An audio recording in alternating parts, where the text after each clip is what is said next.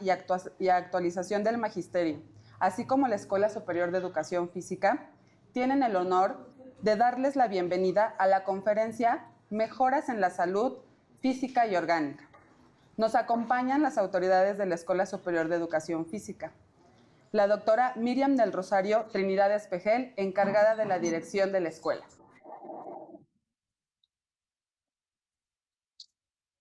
La maestra Olimpia Puerto Moctezuma, subdirectora académica. La maestra Rubí Alejandra González Ibarra, directora administrativa. Agradecemos a los docentes y alumnos de la comunidad su presencia en esta conferencia. Asimismo, presento a Noemí Emilia Escamilla Perrusquía como ponente y al maestro Daniel Ramírez como moderador. Cedo la palabra al maestro.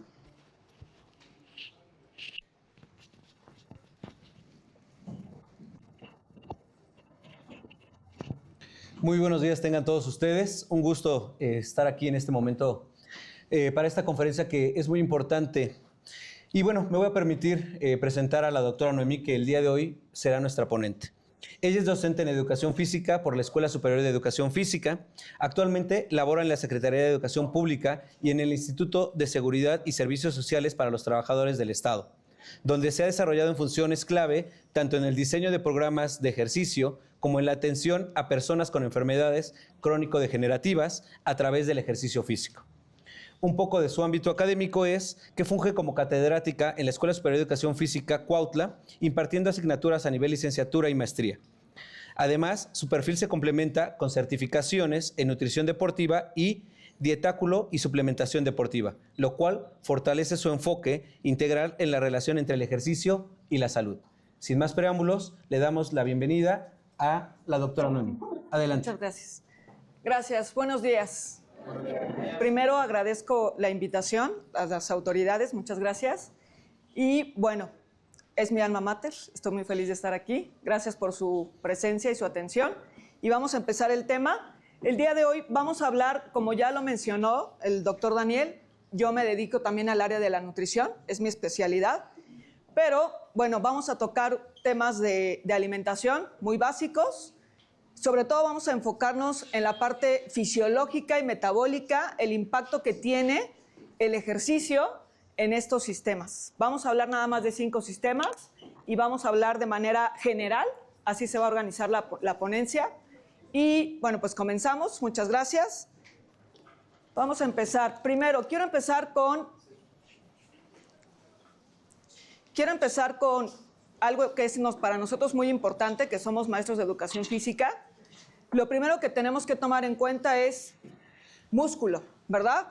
Nosotros que estamos dentro del área del ejercicio, del entrenamiento, de la educación física, lo primero que tenemos que preservar, ya sea en un alumno, en un paciente, en una persona, en un entreno, es músculo, ¿sí? Le quise poner tu seguro de vida, ¿por qué? ¿Quién me dice o quién me puede apoyar? ¿Qué cree o qué beneficios puede tener el hacer ejercicio o tener una cantidad de masa muscular a nivel orgánico? ¿Quién podría darme una idea? Ahí atrás. Proteger los huesos y a su vez los órganos vitales. Muy bien, protección del sistema óseo, muy bien. ¿Alguien más? ¿Algún beneficio? Mejoramiento de la fuerza. Ok, muy bien. Un mejor funcionamiento del sistema cardíaco. Así es, cardiovascular, muy bien. Vamos a tocar ese tema muy general, pero sí lo vamos a tocar. ¿Alguien más? ¿Por qué nosotros como maestros de educación física tenemos que asegurarnos de preservar la masa o el tejido muscular de cualquiera de las personas que lleguen con nosotros? Para que los niños sean capaces de hacer sus actividades cotidianas, por así decirlo. Ok, muy bien. Actividades cotidianas, ahí atrás. Perfecto, evitar lesiones. Ahora, quiero hacer una pregunta también. ¿Saben cuál es la diferencia entre educación física y ejercicio físico? ¿Cuál sería el parámetro para dividir esas dos?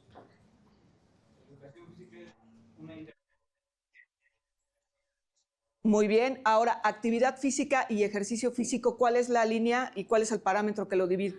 o que los separa? ¿Qué va a ser el cronómetro? ¿Quién me apoya? Ahí atrás. Que la actividad física es cualquier movimiento que se realiza cotidianamente y el ejercicio físico conlleva una serie de movimientos específicos especializados hacia una meta. Excelente, muy bien. ¿Alguien más por acá levantó la mano? Ya con eso cerramos. ¿Alguien de este lado? Ya lo dijo nuestro compañero, actividad física es cualquier movimiento que requiera un gasto calórico, ¿verdad?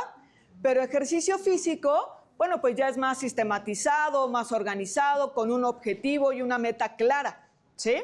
El día de hoy vamos a hablar que en la actualidad en la nutrición, nosotros que calculamos calorías, ¿verdad? Para un plan alimenticio, nos dice este estudio la importancia de agregar NEAT y agregar ejercicio al cálculo calórico de nuestros pacientes. En la actualidad, antes no se manejaba, antes nada más hacíamos el cálculo de acuerdo a qué, pues a las actividades que mencionaba o el gasto basal y algunas actividades, pero fuera de lo que es ejercicio y actividad física. En la actualidad nos dice que es importante que el ejercicio y el NEAT significa actividad física. Entonces, nosotros, para hacer el parámetro y el cálculo calórico, tenemos que contemplar estos dos. Ahora, cuando nosotros estamos como maestros de educación física, entrenadores, asesores en nutrición, tenemos que invitar a nuestros pacientes, a nuestros alumnos, a que hagan una práctica cotidiana. ¿Por qué? Ahora agregamos la actividad física, porque antes la nutrición deportiva, ¿en qué se enfocaba? En las personas que hacían ejercicio, ¿verdad? Que van al gimnasio, que entrenan. Ahora, en la actualidad, aparte del entrenamiento, nos dice este estudio que tendríamos que agregar actividad física. Entonces, si yo hago un plan, un programa de ejercicio físico como tal y aparte agrego actividad física, bueno, voy a tener un mayor gasto calórico. ¿Qué problema tenemos a partir de la pandemia hacia acá, hacia ahorita, hasta la actualidad? Exactamente, el sedentarismo. Y entonces, esa problemática del sedentarismo la vamos a tener, ahorita ya la tenemos, pero los resultados de esto lo vamos a tener en unos 10 años. Somos el primer lugar en obesidad infantil, en obesidad adulta, y somos el primer lugar también ya casi en diabetes tipo 2. Perdón, son enfermedades que obviamente están a la orden del día. Entonces, nuestro seguro de vida es la masa muscular, el tejido muscular. Entonces, el día de hoy lo que vamos a ver es, de manera general, cómo es que impactan diferentes sistemas a nivel metabólico y fisiológico la parte del ejercicio. Uno es el oxígeno. Cuando nosotros hacemos ejercicio o actividad física, aclaro siempre, ejercicio físico, porque ¿qué dicen? Cuando nosotros estamos en consulta o estamos en clases, ¿qué haces ejercicio? ¿Practicas alguna actividad? Sí. ¿Qué practicas? Pues salgo a caminar, ¿no?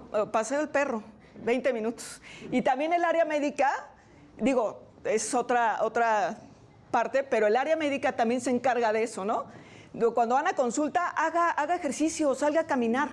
Y entonces yo digo, híjole, no puede ser posible que en la actualidad los médicos estén haciendo recomendaciones, aparte de un área que no es su área, pero aparte una recomendación tan ligera, ¿no? De salir a caminar, cuando sabemos que obviamente eso no ha mermado la situación actual de salud que tenemos. Porque si eso fuera el resultado, más bien, si eso fuera la cura al problema que tenemos, entonces, ¿qué pasaría? Pues no tendríamos pacientes diabéticos tipo 2, no tendríamos obesidad, no tendríamos sobrepeso. Nos estamos dando cuenta que eso no nos está funcionando, que hay que hacer un cambio. Entonces, aclaro, ejercicio físico como tal, que vaya la persona y que esté con alguien que dirija la actividad y que sea con un esfuerzo mayor a lo que es una actividad física. En este caso sería, pues sí, un ejercicio con peso, ¿no? Mancuernas, ligas de resistencia, algo más que requiere un esfuerzo mayor para el tejido muscular. Entonces, el primer impacto que vamos a tener es el oxígeno. El oxígeno ¿para qué nos va a servir que nosotros hagamos ejercicio? Obviamente sabemos que va por el riego sanguíneo y que la sangre lleva el oxígeno a todo el organismo, ¿verdad? Pero ¿para qué nos sirve el oxígeno? Lo primero que va a hacer es la combustión de los alimentos. Cuando nosotros hablamos de nutrición, de alimentación, porque es parte del proyecto de vida saludable, hablar de nutrición, hablar de alimentación y hablar de ejercicio físico y actividad física, nosotros empezamos a ver que para empezar no se les llama alimentos, se les llama combustibles. Ajá. En el área de nutrición se les llama combustibles. ¿Por qué? Precisamente por esto, porque hace combustión, ¿sí? Y al hacer combustión, ¿qué me da como resultado? Yo doy un combustible, ya sea... ¿Cuáles combustibles conocen? Los más conocidos. Ok, pero... Tienen toda la razón, no. Pero hablando de nutrición... Sí, no, contestaron bien, contestaron bien. Yo hice mal la pregunta. ¿Qué combustibles conocen en el área de la nutrición? Proteínas, grasas y carbohidratos, exactamente. Entonces, estos combustibles en el organismo, ¿sí?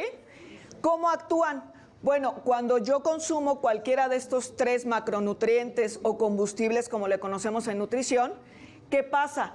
Bueno, pues hacen combustión cuando tienen contacto con el oxígeno. Entonces, si tú le recomiendas a una persona, a un alumno, a cualquiera, que haga ejercicio, pues a la par va a ser más combustión de los alimentos. Por eso está el área de la nutrición deportiva. Y por eso la alimentación y la nutrición tienen que ir de manera sinérgica trabajando. No hay manera de separar una de la otra.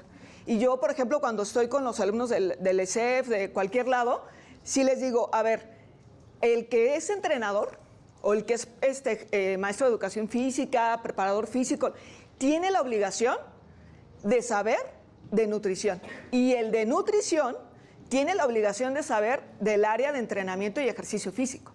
¿Por qué? Porque no se pueden separar, son sinérgicos.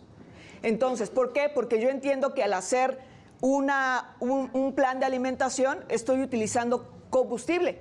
¿Y ese combustible cómo lo voy a quemar o cómo lo voy a utilizar? A partir del oxígeno. Entonces, si yo le recomiendo hacer ejercicio, pues entonces, ¿qué voy a tener como resultado? Este combustible que yo estoy obteniendo en la alimentación, ¿lo voy a convertir en qué? En ATP. Y ese ATP es la moneda, todos lo conocemos, ¿no? La moneda de cambio o intercambio energético. Yo doy un combustible y el organismo a nivel celular me da ATP. Y ese ATP, ¿qué pasa? Bueno, pues me sirve como fuente de energía para yo seguir entrenando o mejorando mi desempeño deportivo, de ejercicio físico, de actividad física. ¿Sí? ¿Hasta aquí vamos bien? Ok, de manera general, por aquí el compañero nos decía del aparato respiratorio cardiovascular, perdón. Sabemos que entra el oxígeno y entonces el oxígeno se va a una célula llamada eritrocito. Y ese eritrocito contiene ¿qué? ¿Qué contiene ese eritrocito que transporta el oxígeno? Hemoglobina.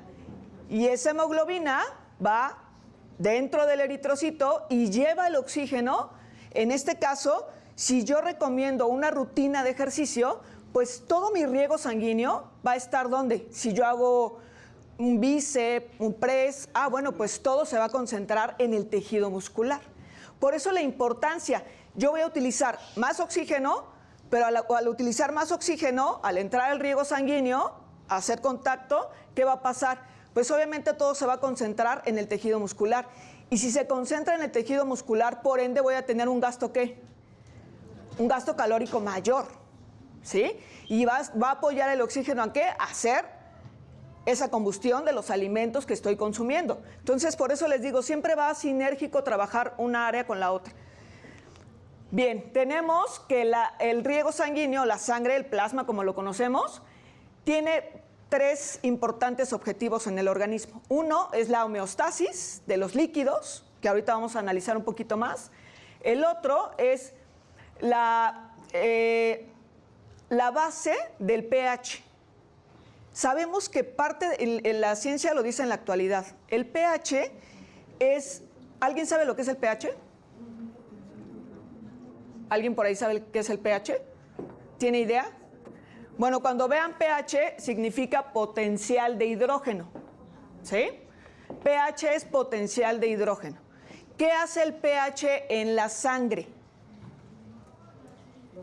Lo regula, exactamente. Nosotros tenemos que tener una regulación de ese pH.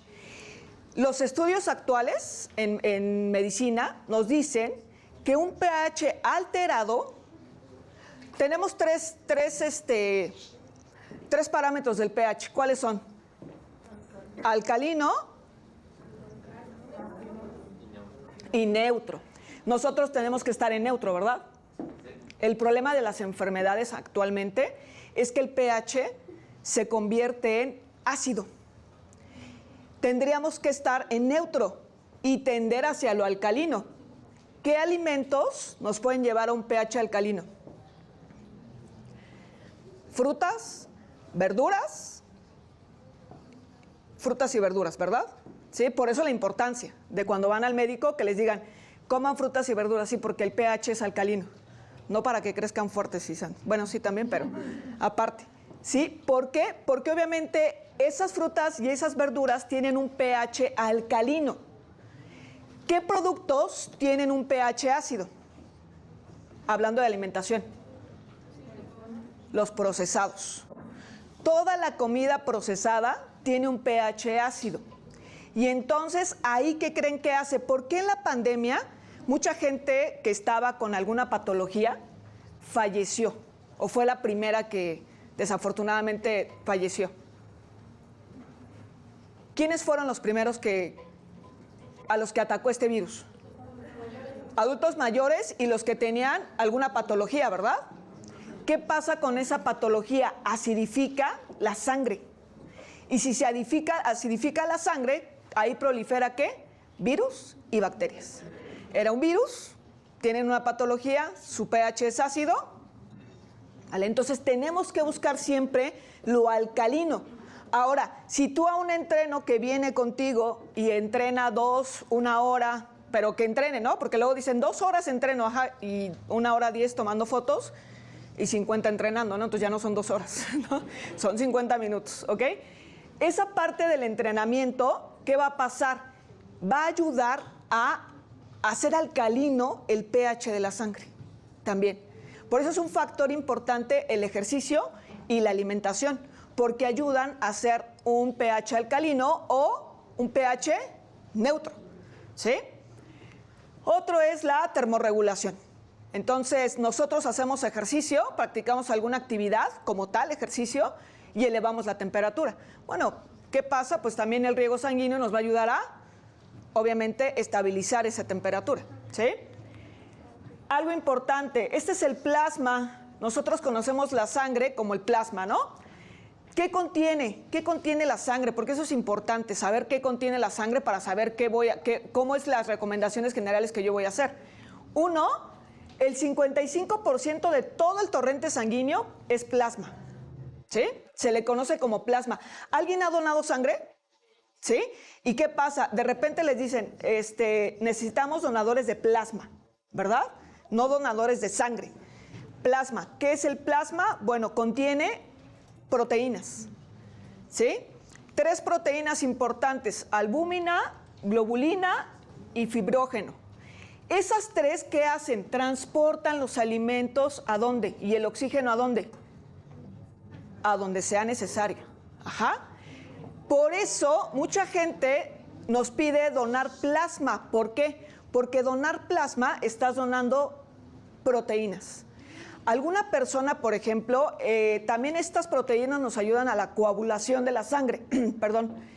Si yo no tengo una coagulación de la sangre correcta, ¿qué pasa? ¿Me corto y qué? Exactamente, me desangro. Entonces, ¿qué pasa? Pues tengo que tener una buena coagulación.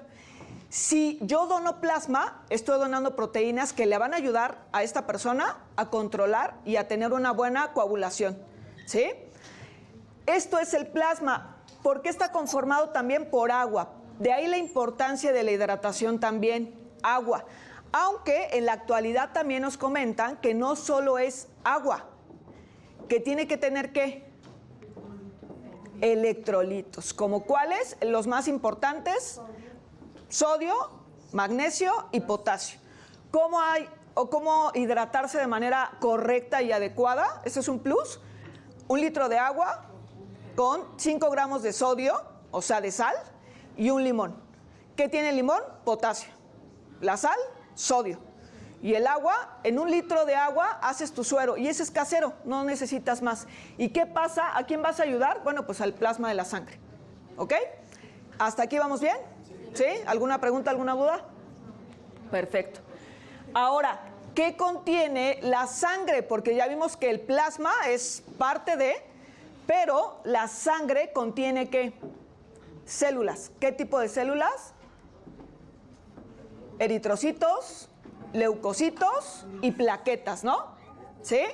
Entonces, esas 3 células conforman la sangre. Si ya estamos viendo, el 55% de la sangre es plasma y el otro porcentaje es sangre.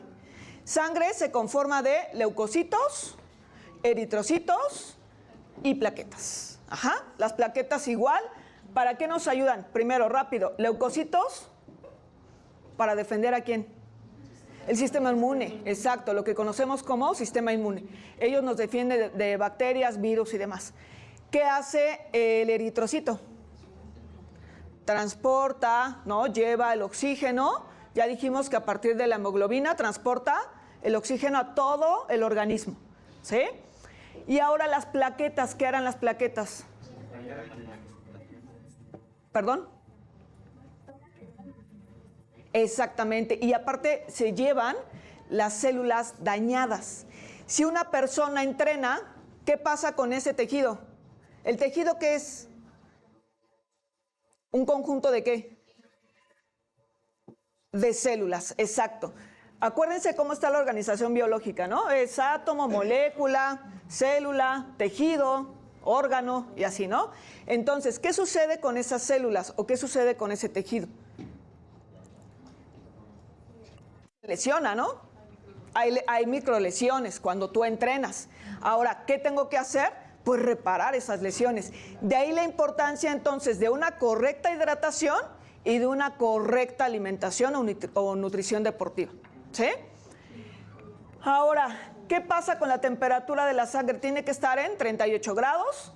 Por eso también la parte de la temperatura, ¿no? Cuando les da fiebre, ¿qué hacemos? Bueno, pues hay que regularla, obviamente. El pH, ya lo hablamos, pH tiene que ser neutro, tiene que estar entre 7.3 y 7.4. Y bueno, obviamente, en los adultos, ¿sí? Hombre y mujer, ¿por qué cambia el porcentaje o la cantidad de litros de sangre entre hombre y mujer? ¿Por qué creen? Por la diferencia en dimensiones de altura. Sí, también. ¿Por qué otra? Por la cantidad de masa muscular que tiene. Así es, por la cantidad de masa muscular. Y otra importante, porque también las mujeres pasamos por ¿qué? Por ciclo menstrual, y entonces obviamente eso desequilibra el organismo. Entonces, por eso la cantidad de sangre en mujer y hombre es diferente. Ahora, aquí algo importante. El eritrocito es una célula anaeróbica. ¿Qué significa anaeróbico? Sin oxígeno. Entonces, por eso el oxígeno que transporta llega directamente al tejido muscular en el caso del ejercicio. ¿Por qué? Porque es una célula anaeróbica que no utiliza oxígeno para aportar ¿qué? Porque aparte del oxígeno, ¿qué lleva el eritrocito? ¿Los qué? Lo que acabamos de ver al inicio, los nutrientes, ¿no? También lleva los nutrientes. Y si yo estoy entrenando, por ejemplo, cuando hacen un preentreno, ¿qué es un preentreno? Pues es una alimentación, bueno, un snack. ¿Para qué? Para que te dé energía para poder entrenar mejor, ¿verdad? Entonces, un preentreno que es 1 hora, 45 minutos antes, ¿sí? ¿Qué hace ese preentreno? Se hace combustión y te da la energía, ¿no? Ya dijimos, te da el ATP, ¿sí? Ahora, ¿qué pasa con el eritrocito? Pero para eso necesita oxígeno. Con el eritrocito no necesitas oxígeno, es anaeróbico y te va a dar la energía que necesitas. ¿Para qué? Pues para entrenar, en este caso, nos estamos enfocando en el ejercicio, ¿ok? Entonces, tampoco tiene mitocondria, ni núcleo. Es la única célula que no tiene mitocondria y tampoco tiene núcleo. Y transporta 100% el oxígeno que lleva al tejido, ¿sí? ¿Cuántos millones, cuánto creen? Estos son 280 millones de eritrocitos en cada, o glóbulos rojos, pero ¿por qué? ¿Por cuánto tiempo creen que nosotros creamos esta cantidad? ¿Cada cuánto tiempo el organismo crea esta cantidad de glóbulos rojos? ¿En cuánto tiempo crees que el organismo crea 280 millones de eritrocitos?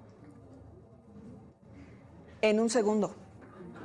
En un segundo estamos creando, pero claro, también cómo todo lo que tenemos que transportar, todo lo que tenemos que oxigenar. Simplemente al estar aquí estamos en una actividad física aeróbica. Actividad física, no ejercicio. Y si están entrenando allá afuera, bueno, ya cambia, ¿no? Depende del sistema energético que estén utilizando.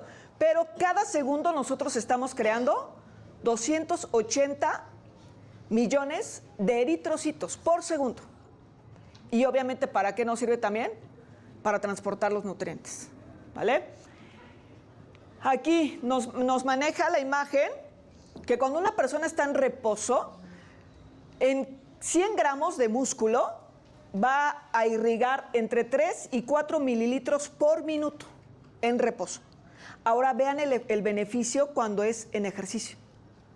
De 3 a 4 si yo estoy en reposo, acostado, pero ¿a cuánto cambia?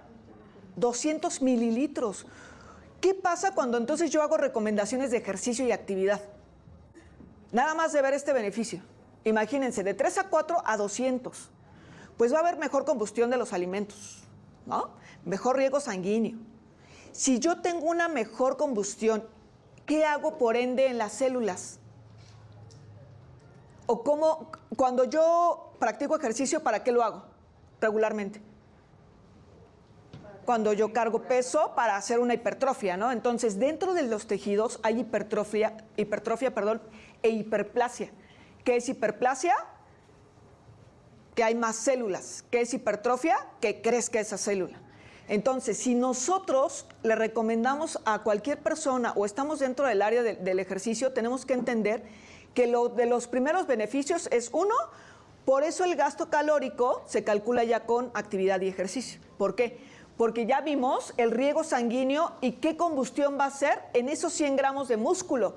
Si yo le pongo un ejercicio de press, de banca, de cuádriceps, imagínense cuánto riego sanguíneo hay ahí. Va a gastar más calorías, obviamente va a utilizar más calorías, va a tener más oxígeno y voy a hacer ¿qué? Biogénesis mitocondrial. ¿Qué es biogénesis mitocondrial? Pues más mitocondrias. Y si tengo más mitocondrias, ¿qué va a pasar? Pues más oxigenación, más riego sanguíneo, más combustión de los alimentos. ¿Sí? ¿Vamos entendiendo toda esa parte? ¿Esos beneficios? Ok. Ahora, en un maratonista se ha hecho el estudio y puede llegar hasta 400 mililitros por minuto en un maratonista. Imagínense, obviamente, pues es una actividad muy aeróbica, ¿verdad? Pero imagínense el cambio de 3 a 4 de estar aquí a 200 o a 400 mililitros por cada 100 gramos de músculo. ¿Sí? Pensé que tenías alguna duda, ¿no? Ahora, ¿qué pasa? Regularmente, pues no estamos haciendo ejercicio todo el día, ¿verdad? Nosotros regularmente estamos con 4.9 litros por minuto en una actividad normal, como estamos ahorita, en mujeres. Pero en hombres cambia, ya dijimos, por algunos factores, a 5.6 litros por minuto, ¿sí? Pero esto es en actividad física, lo que estamos haciendo ahorita, hay un riego sanguíneo de esta cantidad. Entonces, sí está bien, hay actividad física y les digo, volvemos a lo mismo. Si tú aparte del entrenamiento de fuerza le recomiendas a tu entreno, a tu paciente o a quien tengas, a tu alumno, que aparte haga actividad física, pues mejor, ¿no? Todavía. Va a haber un mayor gasto calórico.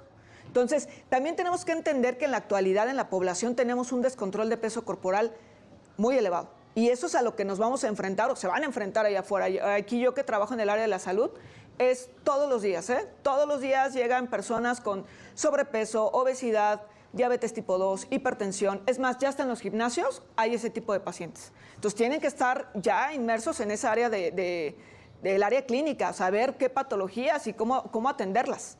¿Vale? Bien, otro sistema que se va a ver beneficiado es el sistema óseo. ¿Qué manejamos en el sistema óseo? La densidad ósea, ¿sí?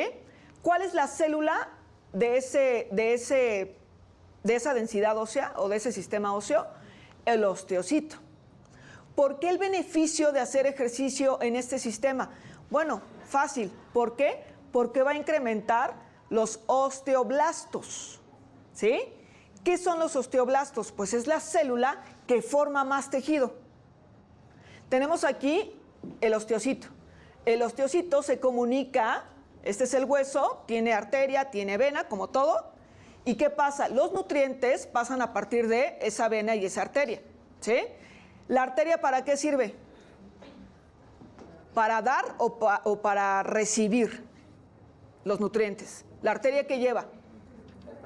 Lleva el oxígeno y lleva los nutrientes, exactamente. ¿Y la vena qué pasa? Se lleva los desechos, la sangre que no tiene oxígeno, ¿verdad? Que tiene dióxido de carbono. Bueno, lo mismo ocurre en el sistema óseo. ¿Qué sucede? Bueno, a partir del osteocito, que se va a comunicar con las arterias, por eso está enlazado, vean, esto es un osteocito y está enlazado en toda la densidad ósea. ¿Qué pasa? Bueno, él absorbe los nutrientes, absorbe el oxígeno y entonces, ¿qué pasa? Pues hay una formación de más tejido. Por eso cuando hablamos de sistema óseo, se habla de densidad ósea. La densidad ósea que tiene una persona. De hecho, en las básculas de nutrición te marca densidad ósea, ¿sí? ¿Por qué? Porque precisamente lo que hacemos es formación de ese tejido. Y ahora, si yo tengo más combustible, más oxigenación, más riego sanguíneo, más nutrientes o de mejor calidad, porque ahí, ojo también, no es comer más, es la calidad de lo que estoy consumiendo. Porque muchas veces es un plan de alimentación de 3,000 calorías, ¿no? O 2,500 calorías. Pero ¿qué pasa? ¿Qué tipo de calorías estoy consumiendo? En la actualidad se manejan como calorías vacías. ¿Qué es caloría vacía? Que está sin nutrientes. Es lo mismo una coca de lata que hablando de carbohidratos, es lo mismo una coca de lata que, no sé, 2 rebanadas de pan tostado. ¿Sí? Los dos son alimentos y los dos son carbohidratos. Pero ¿cuál es la caloría vacía? La coca, exacto, porque no tiene ningún nutriente. Siempre te tienes que fijar en el alto valor biológico de los alimentos. Eso es lo que tú tienes que ver. Alto valor biológico de los alimentos. ¿Por qué? Porque entonces, les digo, no es lo mismo. Aunque aparentemente te aportan las mismas calorías, obviamente una es caloría vacía porque no tiene nutrientes, sin embargo tiene calorías, pero el otro sí tiene nutrientes. ¿Estamos? Tiene fibra. Ahí es la diferencia entre uno y otro. Entonces, ¿qué sucede? Bueno, nosotros, uno de los beneficios es que el osteoblasto va a elevar su función cuando nosotros hacemos ejercicio. ¿Y qué va a pasar? Pues va a haber más formación de tejido en esa densidad ósea. ¿Sí? Ahora, ¿dónde se encuentra el calcio? Porque también esa es otra situación, ¿no? A ver, ¿qué alimento ustedes creen que tiene más calcio? El alimento que más calcio tiene, ¿cuál es? La leche. La leche. Sabía que me iban a contestar eso. ¿Y qué creen? Que no. De hecho, aquí les voy a pedir de favor que dejen de consumir leche, ya que estamos aquí reunidos. La leche es el peor alimento que tú puedes consumir, ¿sí? ¿Por qué? Porque siempre es marketing, Siempre te van a vender marketing. ¿Por qué? Te van a decir que consumas la leche porque el calcio, ¿no?, va a llegar a la densidad ósea y vas a formar más osteoblastos. Y no. ¿Qué creen? Que el alimento que más calcio tiene es la espinaca, ¿sí? La espinaca. Entonces, si tú quieres calcio, mejor deja la leche y come espinaca. Entonces, ¿Pero qué hacemos los mexicanos? No, pues es más fácil abrir una latita, que estar picando, lavando y haciendo, ¿verdad? Esa es una parte de la cultura del país. ¿Qué hago con la leche? Se supone que tiene calcio. ¿Para qué me va a ayudar? Bueno, porque el hueso, la densidad ósea, está formada por 30% de colágeno y 55% de hidroxiapatita. Este 55% de hidroxiapatita contiene el calcio y se va a formar del fósforo y del magnesio de calcio, ¿sí? Del magnesio. ¿Qué pasa si yo no tengo esta hidroxiapatita? Pues no tengo calcio, no tengo densidad ósea. Pero la leche, ¿qué creen? Que tiene más fósforos de los que debería. Y entonces por eso no se puede absorber. O sea, el fósforo que tiene la leche es mayor.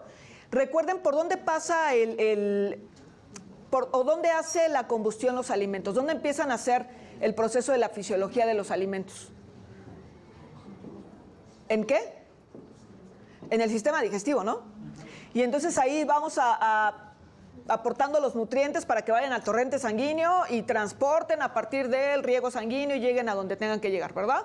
Bueno, ¿qué pasa con esa situación cuando hay una molécula de más? Acuérdense que también es bioquímica metabólica. Una molécula de más transforma todo, ¿sí? Y al igual que la materia no se crea ni se destruye, solo se transforma, exactamente. Yo le agrego un fósforo más y ya se transformó. Y en el sistema digestivo no lo puedes digerir. Lo mismo que el gluten. El gluten, por ejemplo, en el pan, en las tortillas y demás, es una proteína que no se puede degradar. Lo mismo ocurre con la leche. Si tú la quieres degradar a nivel digestivo, no lo vas a poder porque tiene un fósforo de más. Y ya con eso no se puede degradar. Y no se puede absorber, mucho menos. ¿Sí? Entonces, de ahí la importancia también de que sepan de dónde voy a consumir los alimentos para que realmente le estén dando a su entreno, a su paciente o a quien sea, la cantidad de calcio que necesite. ¿Sí? Ahora, sistema inmune. El sistema inmune, ¿qué contiene? Uno contiene macrófagos, ya los vimos, ¿no? Leucocitos, ¿que van a qué? Van a defender al organismo de todo lo que nosotros hacemos. Por ejemplo, ¿un entrenamiento es benéfico en el momento o posterior? Posterior. En el momento del entrenamiento, ¿en qué se vuelve?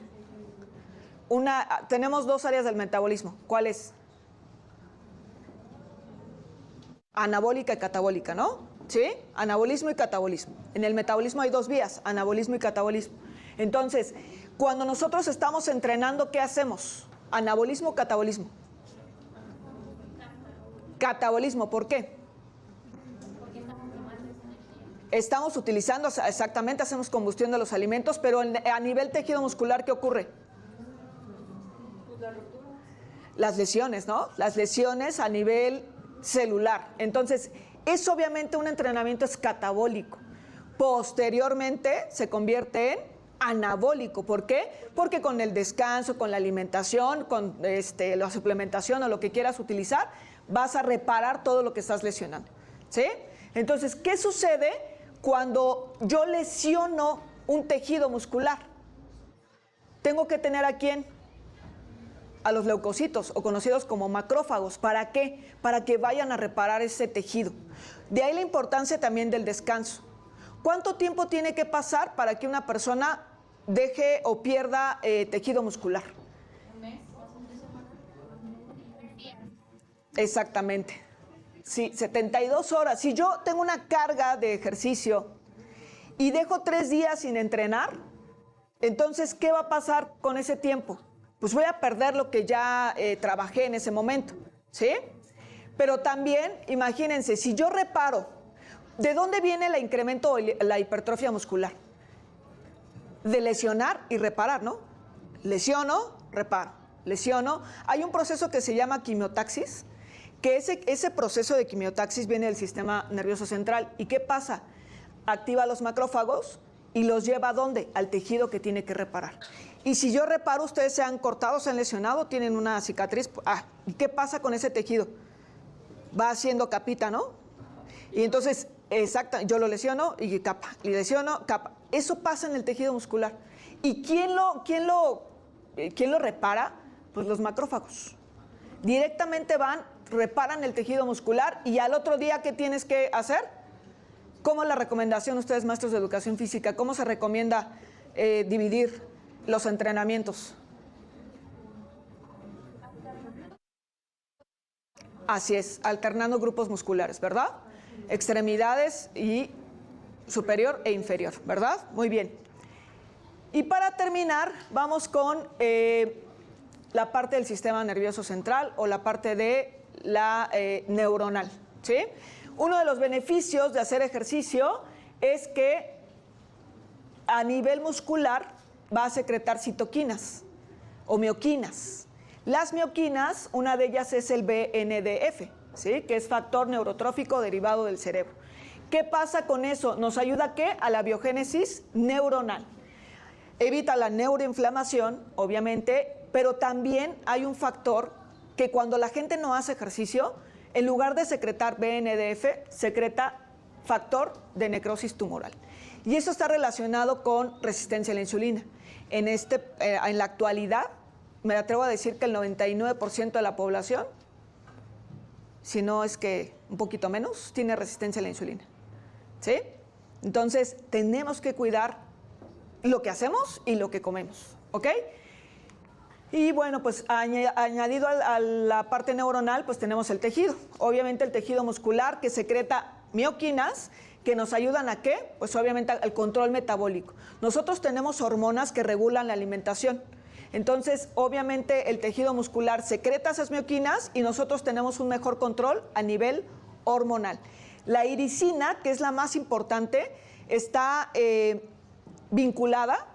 ¿Han escuchado del tejido marrón y tejido blanco en el tejido adiposo? ¿Sí? Tejido marrón y tejido blanco. Bueno, la iricina lo que hace es convertir el tejido blanco en tejido marrón. ¿Cuál es la diferencia entre el tejido blanco y marrón? Bueno, que uno tiene más mitocondrias y el otro no. O sea, el tejido marrón tiene más mitocondrias y por ende oxidas más combustible. Y el tejido blanco no. Entonces, dentro del tejido adiposo hay dos. Tejido marrón y tejido blanco. La iricina lo que hace, cuando tú haces contracciones musculares, secretas iricina, que hace convertir ese tejido blanco en tejido marrón. ¿Vale? ¿Hasta aquí alguna duda? ¿Todo bien? Pues bueno, aquí les dejo al padre de la medicina, obviamente, que nos dice, el ejercicio es medicina, ¿sí? Y eso ya tiene miles de años, ¿verdad? No es algo nuevo. Las referencias bibliográficas y pues les agradezco mucho su atención. Gracias.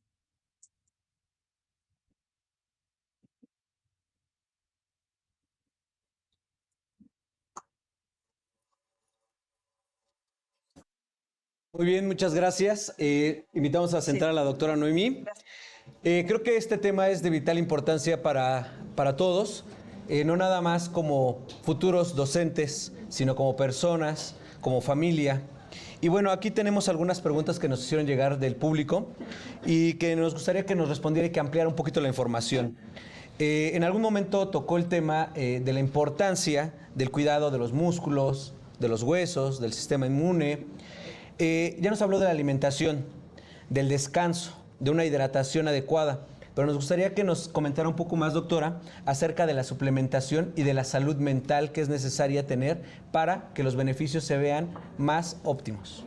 Sí, de acuerdo a el tipo de paciente o el tipo de entreno, ahorita la suplementación es una ayuda ergogénica, lo sabemos, y no todo paciente o no todo entreno requiere de una suplementación. Es específico de acuerdo a qué, al tipo de entrenamiento y al tipo de paciente que tienes enfrente. ¿Por qué? Porque habrá personas que sí necesitan creatina, habrá personas que por el tipo de ejercicio y la cantidad de ejercicio, el tiempo de ejercicio, no la necesitan. Entonces sí necesitas, o bueno, sí tienes que poner mucho enfoque, depende del tipo de paciente, por eso se hace una historia, un expediente de tu paciente o de tu entreno. Aparte de hacer, en nutrición se maneja la parte de el recordatorio de 24 horas para saber cómo se alimenta, qué tipo de actividad hace y cuánto tipo de actividad realiza. Perfecto, con esto vemos la importancia de que todo tiene que ser individualizado. Así es. No todo es genérico. Dentro de las sesiones de educación física, dentro del ejercicio que nosotros podamos realizar, tendremos que tener especificaciones de acuerdo a nuestra masa, a nuestro sistema óseo, Peso etcétera, corporal. peso corporal. Nos preguntan también del público, aproximadamente a partir de cuánto tiempo e intensidad de entrenamiento se comienza a utilizar las grasas como combustible.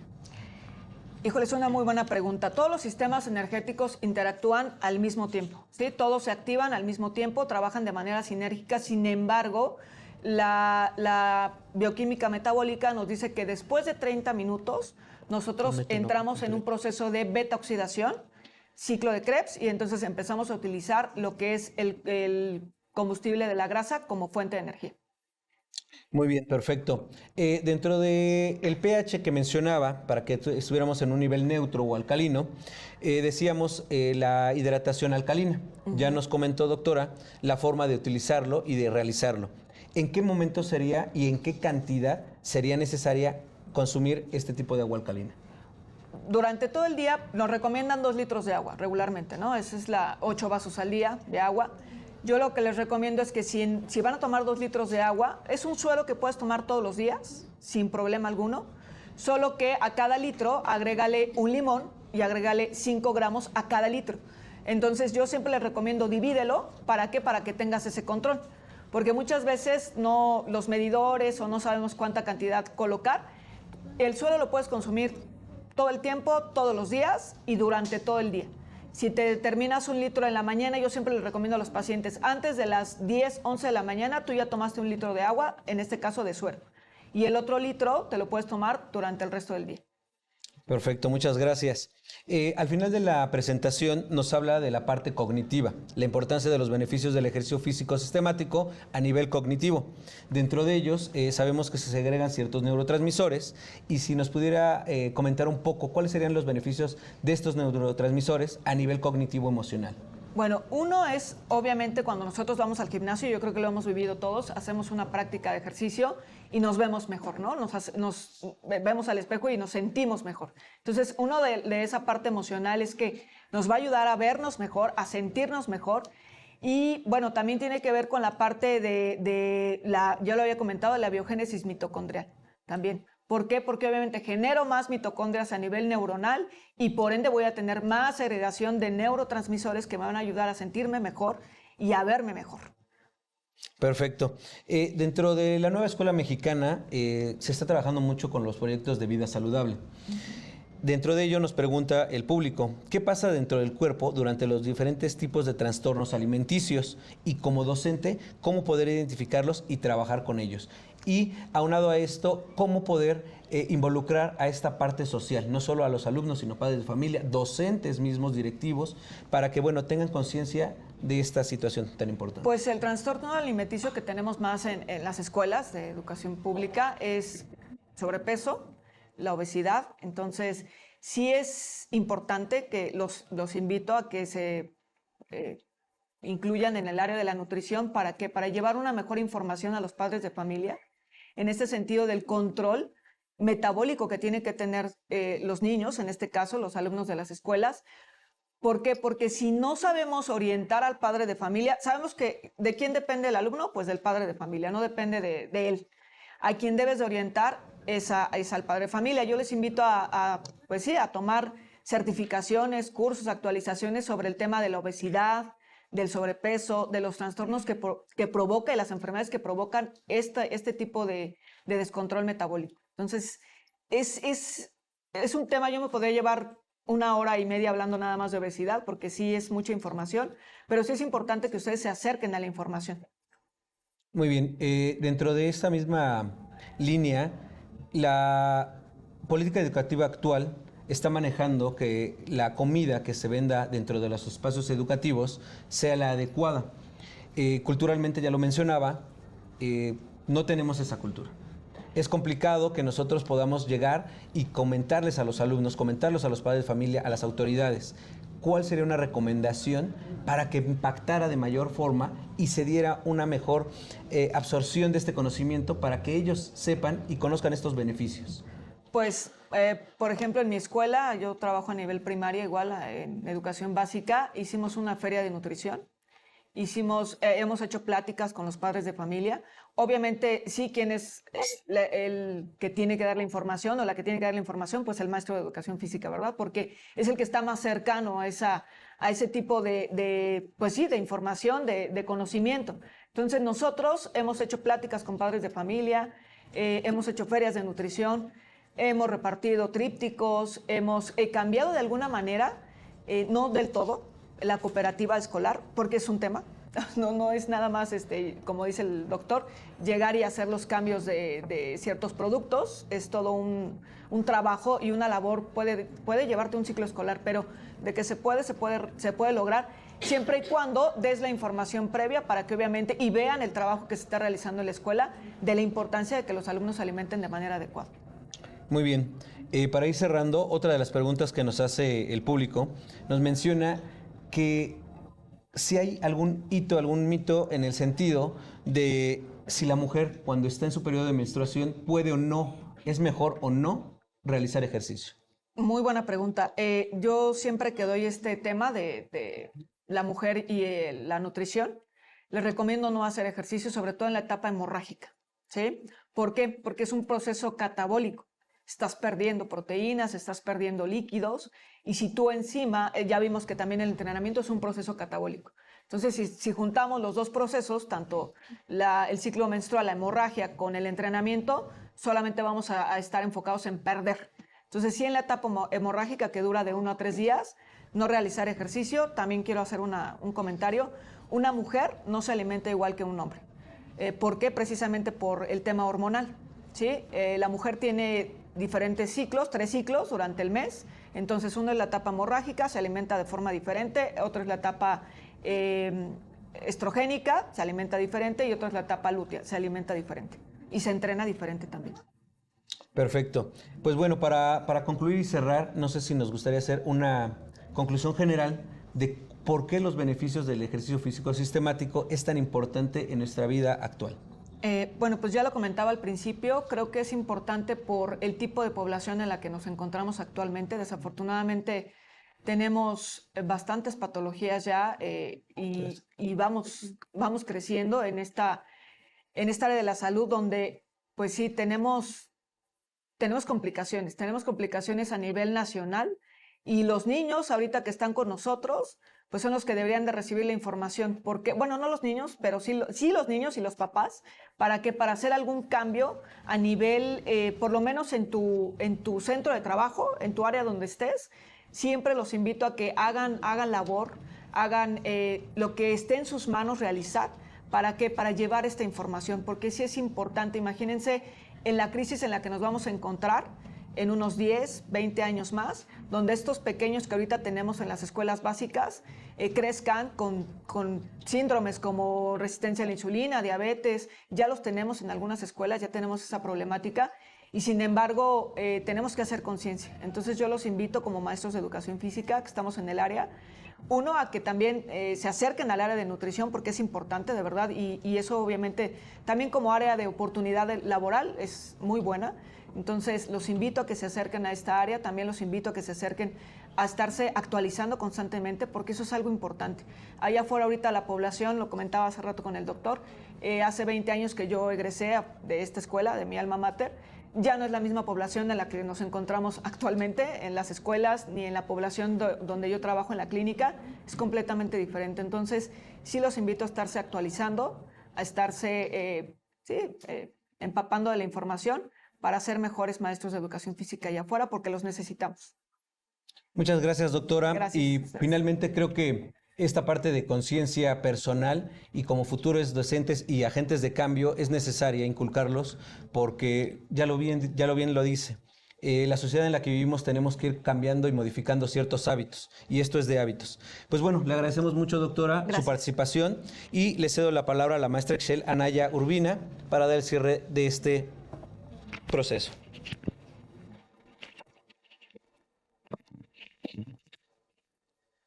Bien, pues agradecemos sus aportaciones a los dos maestros Y a continuación vamos a hacer la entrega de los reconocimientos por la participación en dicha ponencia.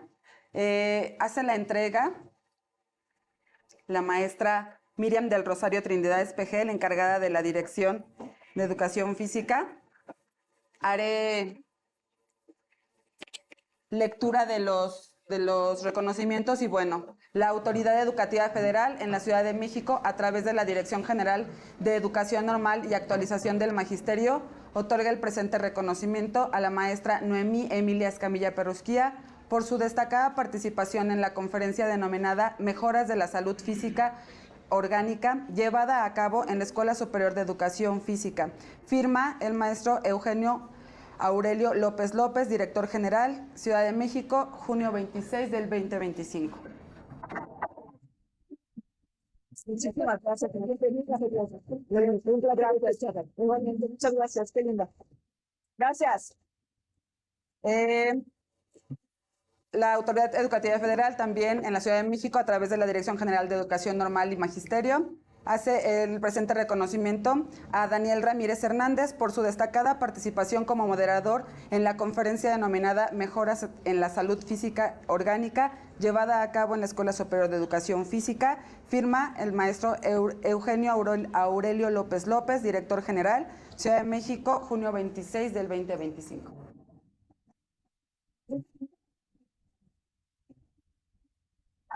Muchas gracias, ministro. Muchas gracias, chicos. No nos Un queda más placer que estar con agradecerles su ustedes. presencia a todos y bueno, les damos un fuerte aplauso. Gracias. Gracias, ministro.